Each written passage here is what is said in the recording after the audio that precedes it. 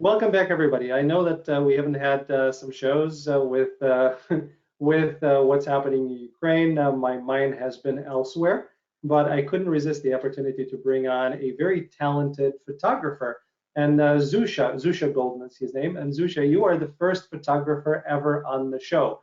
I've had people who do photography, and actually some of them are probably screaming at me right now, who are actors, but I invited them on because they're actors, and then they also are photographers. You're a photographer, so you have that distinction. We're sticking with it. Welcome to the program, Zusha.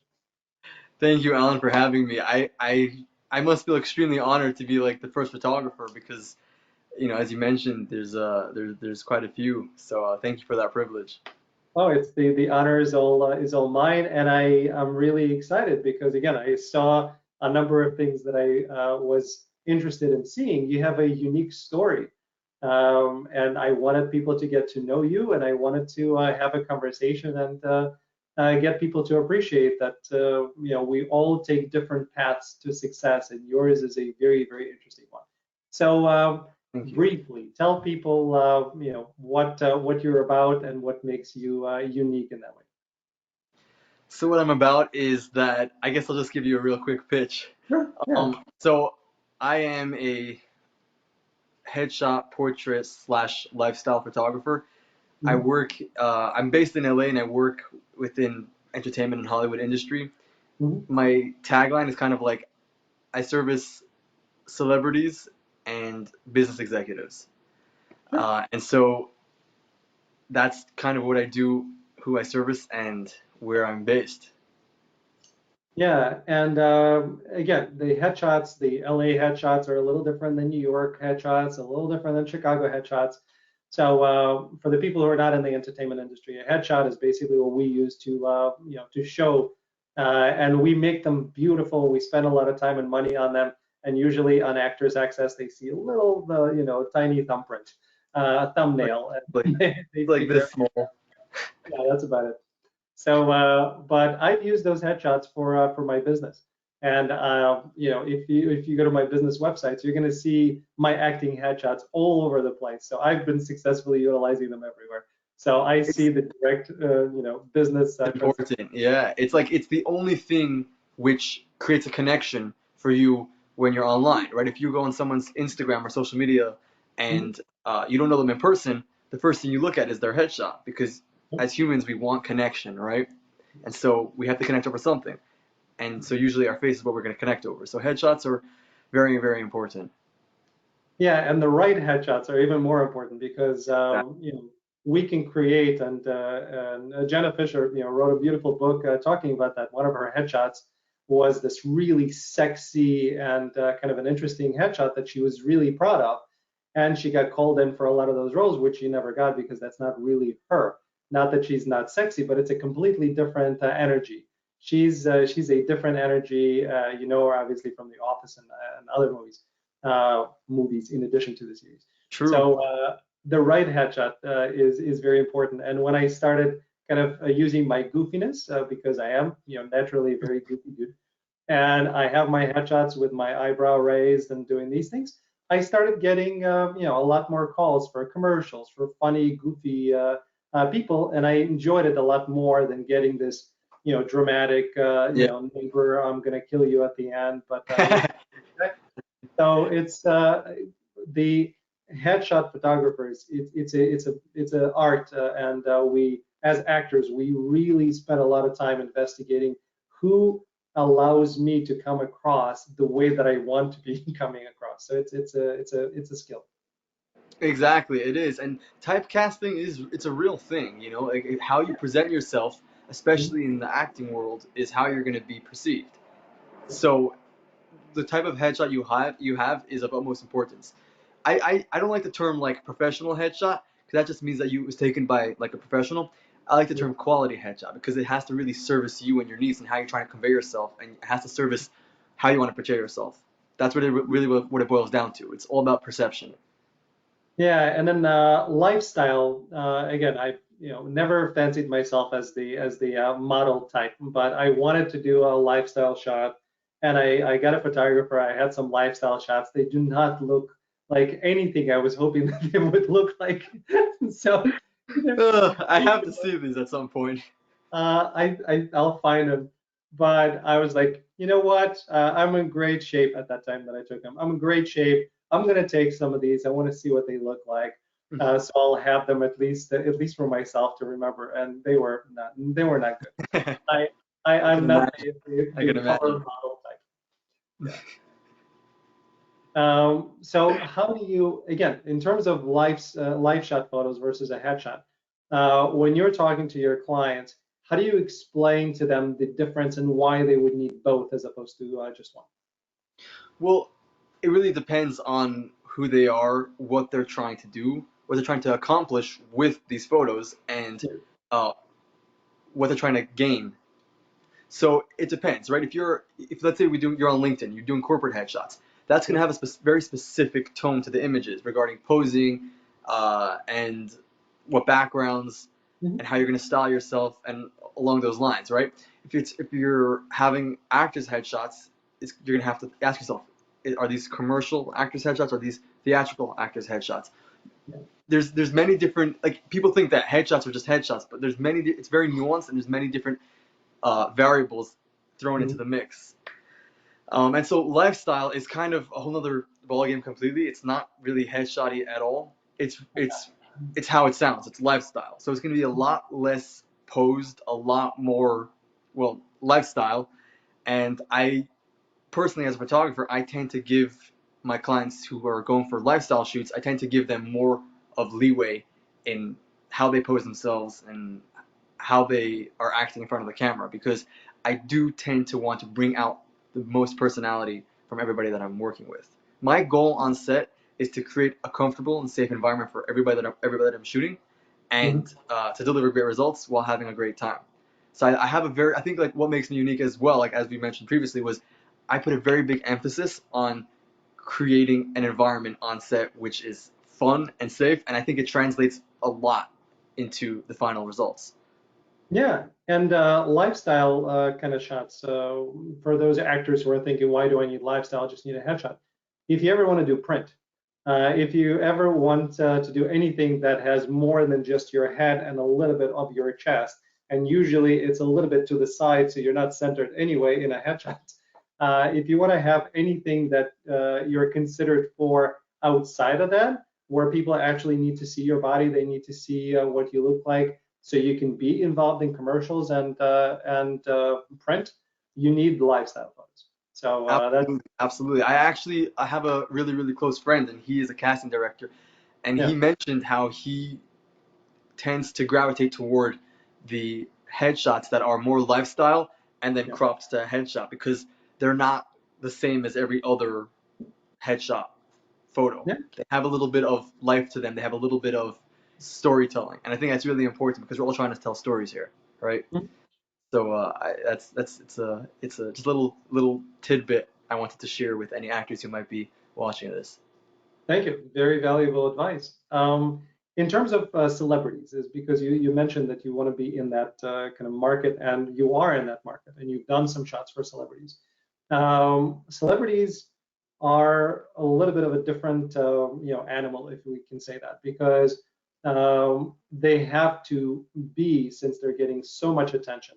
So for them to really open up with a photographer, especially doing lifestyle shots or any headshots, they have to have a different level of trust in that person. So for a person who is newer to the industry, who is not necessarily as established yet, how did you kind of allow them to say, yeah, Zusha is the right guy for me to spend my valuable time and get those shots? That's an amazing question, Alan, because it's a very true point. It's Mhm. very intimidating when you have a certain level of acclaim and then everyone wants a piece of you, right? Right. So the guard is up. So I Mhm. think it all boils down to being genuine and authentic in your dealings. I approach them on set the same way I approach someone who's not a celebrity on set. It's all about creating connection, asking genuine questions, and just having a good time. So that's really what it boils down to in my experience. It's always about creating connection. That's that. If I can sum it up in one word, it would just be connection. No, and you just created the name of the segment. So our segment is going to be named Connection. Love it. Perfect. Maybe because I usually use two, it'll be Genuine Connection. There you go. So Even better. that's the title for our show for today. Amazing. Um, I also wanted I can't not mention this part of your background because I found it fascinating too. As I read your background, I immediately thought about jazz singer, of somebody from an ultra Orthodox family that wants to be a singer, and his family doesn't want him to do it. Not saying anything about your family, just the movie background. But he needs to sing, so he goes to LA from New York, and he becomes a singer. And then I read in your profile that again you're coming from an ultra Orthodox family, and then you decide that you're going to be a celebrity photographer. So you moved to LA. How did your family take that decision? Because being Jewish myself, and I'm not from an ultra Orthodox family, but I know the environment, so I'm not sure what their reaction was. I'd love to find out. So that's a great question. In general, there's many different communities within ultra orthodoxy, right? You Sure. have the communities that are like along the lines of unorthodox. That's Mhm. just my door creaking. You have the communities which are along the lines of unorthodox, Right. all the way through modern orthodox, and they're still all like under the category of orthodox and religious, but many different sects, many different communities. Right. And so my family is in this community called like Chabad, and Sure. they're like an outreach type of sect, and they do a lot of good. And so in general, my family has been supportive from day one. They have been pushing me to go out there and pursue my dreams and to accomplish my goals. And I think there's I'm really glad that I was born and raised the way I was. For a lot of people, they do have that trauma and whatnot, but I'm really blessed to have an amazing family. So No, they were really supportive. that's great to hear. And listen, you have a lot of you have a big family, so that's awesome. Yes, very big. And is there now that they see the work that you're doing, is the line really long within the family of Zusha, I need you to take my shots? Well, of course, yeah. It's when it comes to immediate family members, there's no Yeah, such thing as booking a shoot. It's I'm in town, I got my camera, let's go. We're gonna go shoot. right. There's not that concept of, like I'm in line. Doesn't really exist. My family's also they're all very close knit, and so um, yeah, it's I if I can get them photos of their kids of anything, I would love to. Like I have 17 or 18. I have to keep track. Nieces and nephews. And so whenever I get a chance to photograph them and hang Yeah. out with them, I love it. So it's great. Well, yeah, it gives you unlimited opportunity to practice. It's great.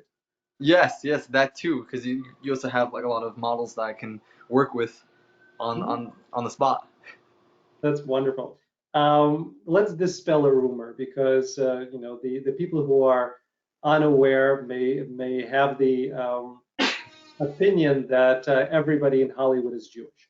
You know, me being Jewish, you being Jewish. Let's dispel that rumor that everyone is a Jew, and that as soon as you came out to Hollywood, there were people connecting to you right away, wanting you to take their shots because you're a Jew. Let's dispel that rumor from the Okay, anybody watching this who believes that, let me paint the picture. So in New York growing up, I did not have any network in LA at all. I knew next to nobody in LA or the industry. I beginning. had to go and single-handedly build up every single connection and network like crazy online and in person, events and meetings to build the relationships that I have right now and the network that I have right now. So the reason why Hollywood has the Jew rumor about it is because, well, at the beginning, Hollywood was kind of started by Jews because back in the 1800s, 1890s, early 1900s, in the vaudeville days, Jews weren't necessarily allowed into so many different industries, and so as Jews, we had to survive, and so we would pivot and adapt and find something which you can create a living off of. And so a lot of Jews went into the entertainment industry because it was looked down upon in other circles. If you were an Yeah, actor in the late 1890s and the early 1900s, you were not what you are now today. Nowadays, a celebrity, an actor, you have Julia Roberts, Brad Pitt, they're like coveted. Back then, you were frowned upon. You were not looked up upon, and with you, there was no glamour about it. Right. And so Jews have, along with other people, but a lot of Jews have been in the industry since the beginning and built up. You have like MGM Studios, Warner Bros. They're all founded by big like Jewish brothers and whatnot, and that's kind of the reason. Now it's a lot more diverse, and there is no like nepotism in the sense that if you're Jewish, you get handed opportunities. That doesn't exist. Right. If it, my door is creaking. If it did exist, I would be 100 times further in my career right now. I had to work for everything that I had. There was no opportunities handed to me because I was Jewish. I wish. Yeah. Yeah, the only Jewish part of Hollywood that I've experienced is the fact that in our industry, there is no PC about anything. They're going to tell that I want a fat Jewish guy with a balding head, and it's a totally normal thing to say in a breakdown because that's the character they're looking for. So the Yeah. only thing that I've seen, that's that. Other than that, there's nothing else. So, Yeah. I think we're both frozen. oh, not on my side. Oh, okay. Is On my, is it on yours? I guess it. Well, now it's fixed. Okay. No, but you're absolutely right. There is no PC when it comes to casting. It's whatever fits the character, and I respect that actually. I think it's very important to tell true stories at at the peril and at the risk of potentially offending someone, because everyone deserves representation and everyone deserves to have their story told, and that's of people from every single background. So I'm not against typecasting, and I'm not against typecasting certain types of individuals when you need that to tell your story. Yeah, and I'm all for truth. If this is what you're looking for, tell me. I want to know, right? Because Exactly, precisely, Alan. Yes. as long as people are open-minded, I would rather have the full information on paper rather than little pieces not to offend anybody. Exactly. Um, and this is a tricky question to answer, so answer it any way you like. But who is the favorite celebrity client you've had a chance to shoot so far? Ooh, that is a hard question. Um, Pretty much every single person, except for one person in my 5, 6 years of doing this that I've worked with, has been courteous, kind, down to earth, and really amazing to work with. I will say there were a few people who stood out. Mhm. I will. Okay, I'll go on. I'll just quickly say a whole bunch of names because there's so many of them. I don't even Sure. know if it's fair to like specify. I would say like Josh Brolin, Selena Gomez, the D'Amelio family, Alexandra Daddario, Sydney Sweeney. I'm just saying everybody has been so much fun and so nice to work with, so personable, and ask me questions about myself, and uh, I, I don't even think it's fair to even say their names because everybody else who I've worked with as well has been so really, really, really great to work with and really nice.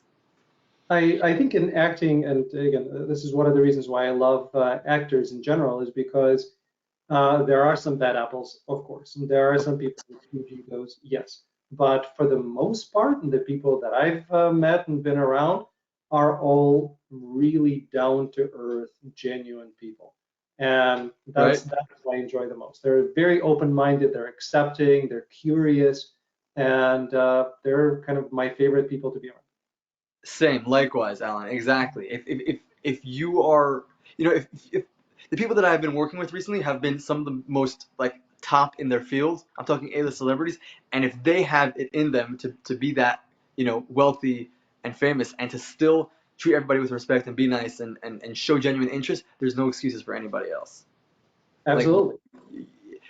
of course, it's based on your environment, based on your upbringing. Our brains are wired differently and whatnot. But at the end of the day, I think we have to work on ourselves every single day to make sure that we are a better person than we were yesterday. Sure. Let's talk about one of the people that you mentioned, Alexandra, she seems really, really, how do I say this properly? For a person who is so widely considered to be sex object, and a person with an incredible figure, and everybody is kind of fawning over her. she seems to have a really grounded essence, and she seems really, really genuine. So, but for people who may not kind of, who may be in that, objectified mode, who are used to people looking at her that way, how is it to shoot them when you really need for them to drop all of that and to show vulnerability and to show reality of who they are? Is there anything specific that you're doing, or people just they're okay to show who they are? Like Alexandra, I don't have any thoughts that she wouldn't be able to do that, but some I think may be more difficult. Well, it kind of reminds me of the story about Marilyn Monroe, who's walking with a journalist in the 50s, I believe, and they were walking down the street in New York, and no one was coming over to her, no one saw her, no one noticed her, and Marilyn turned to the journalist and said, "Do you want to see me become her?" And the journalist was perplexed. He was like, "What do you mean become her?" And she said, "Watch this." And then she just kind of like started walking with a different gait, and she went from Norma Jean Baker to Marilyn Monroe. So I think it really depends on the person and their personality, and if they're playing like a persona or a character. I guess it would vary. But from my experience with Alexandra, she has been really down to earth and genuine across the board. And so it's really, I approach her as I approach everybody else, just in creating genuine connection. And I think it shows in the photo. And she's wonderful. She's really, really nice. So she's great. Yeah, seems that way, and I love people who don't take themselves seriously.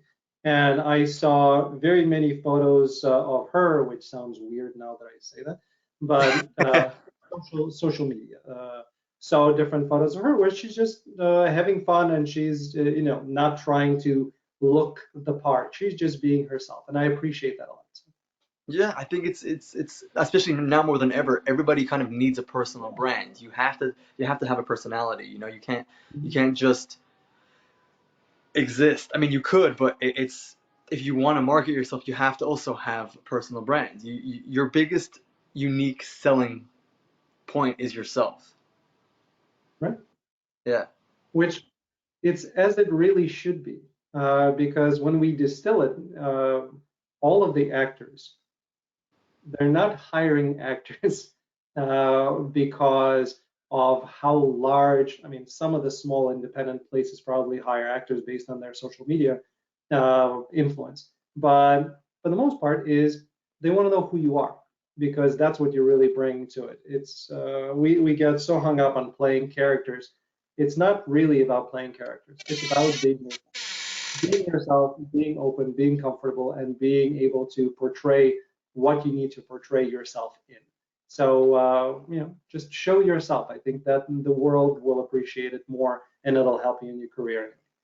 absolutely, absolutely. It's a really good point, Alan. You know, I think part of being an actor, from what I've seen, is that you have to actually be able to put your ego and pride aside, because a lot of times you have to go and you have to appear ugly on screen, and you have to be willing to really go and delve into a character, and you have to completely take your sense of self and remove it. That's what I think. Again, I'm not a casting director and I'm not a coach for actors, but to my understanding, it kind of seems like you really have to become the character that you're playing. So, yeah, no, you're right. Yeah. What I found, again, I'm not a casting director either, but just from my own experience, it's a lot of people get lost in trying to be somebody else. You're always yourself. You're always yourself. It's just the different shades of yourself, or the different experiences, or the parts of yourself that are not expressed fully in a normal, existence. When you get into a character, you find that way, and then it's that version of you. It's still just you. It's the different Absolutely. that all of us have.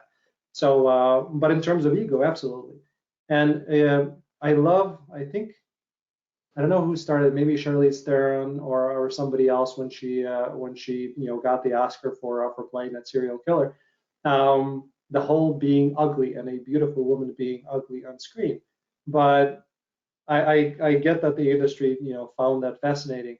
But as an actor, you're just again you're being true to whatever is that moment. And it's not about what you look like. It's not about what your fame outside the walls of what you're doing is. It's about being true to that character at that moment. And if it's crying, it's crying. If it's laughing, it's laughing. It's being you. So I'm glad that she got rewarded for it. She did a fantastic job. But for me, Absolutely. it was always like, no, she didn't get it because she chose to be ugly on screen. She got it because it was a great acting performance. That yeah, that no, that makes sense. Absolutely. Yeah, very cool. So what kind of drives you? I know you love photography. I know you're approaching people the right way without putting them on a pedestal, which is the best way possible. Just treat them, human to human connection. That's really what it's about. But what drives you? Where do you want to go next? What's important to you? What drives me is quite a few things, and I've had time to think about what drives me for a really long time. Mhm. Um, I think in general, what has driven me to I mean for like the past 5 6 years to get to where I'm at right now has been I want to create a life for myself where I am uh, living my best life, and I want to pursue my dreams and accomplish my goals. And so I'm willing to fight for it. It's hard, right? Like I can get a 9 to 5 job and then be doing that, and that would be hard. Or I can be doing this, which honestly, I dare say it's probably harder. And I choose to to put me first, and I choose to like fight for the life that I want to live, right? So that's a really big driving factor for me. But at the same time, I think another really big factor that drives me is my family. I really want to do that for them. Like I want to be able to make them proud. I wanted to be able to make my community proud, and I want to be able to like I guess the appreciation factor to an extent because we all want it, right? Like no one's gonna admit it, but we all want that like to be appreciated. Yeah. Um, and then the third thing would probably be to this is probably a factor which also helps me drive which helps drive me after I already started doing what I was doing, but it's definitely to be able to give opportunity to give back. Like I'm so grateful that right now I have certain connections and stuff that I can connect people and help them out. I'm a really big supporter of building connections and giving opportunity to people. Yeah. And again, it's that's the part of your background as well, because we as Jews, and again, we're all a part of that community, but in the world in general, there's a lot of competition, and people think that the only way to win is to kind of go at it yourself and to put others down and not to assist. Acting world, thankfully, at least the part of it that I've been in, has been the opposite of that. Everybody wants to help everybody else because it's the tide lifts all boats scenario. And in our community, in the Jewish community, it is about helping people. We all help each other, and that's kind of how we're raised. So I'm glad that you're continuing with that, because they're kind of, I define who a person is by asking them one question, and I'll ask that question of you, and I know what the answer is going to be. Do you enjoy getting gifts, or do you enjoy giving gifts? I'm actually very uncomfortable receiving gifts. I mean, like I very much appreciate it, and I mean, I'll accept them, but I would much rather being able to give the gifts. Like one of my biggest goals is to be able to like when I have the money, I would like my friend needs a new MacBook to write. Yeah, I'll be like, yeah, I'm going to the Apple Store right now. I'm getting you a MacBook. Like that's something which I really truly I really want. I really want to be able to do that. So that's definitely also a driving factor.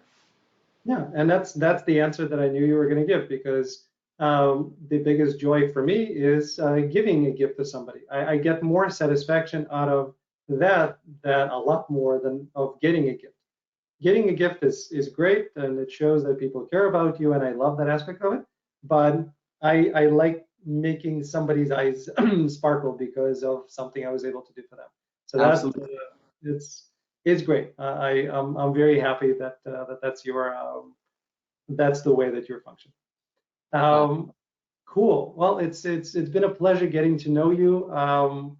I am glad that there are people like you who are taking photos of those that many admire and allow them to come across as they are and not as we pretend for them to be. Absolutely. I appreciate you having me on, Alan. Thank you very much. And I can't wait to connect with you again sometime. Yeah, you're always welcome on the show. And thanks to everybody for watching another episode of Let's Dive In. You've been watching Zusha Goldin. Please look below this video, follow him, and let's see how far Zusha is going to go. Take care, everybody. Thank you Bye. very much.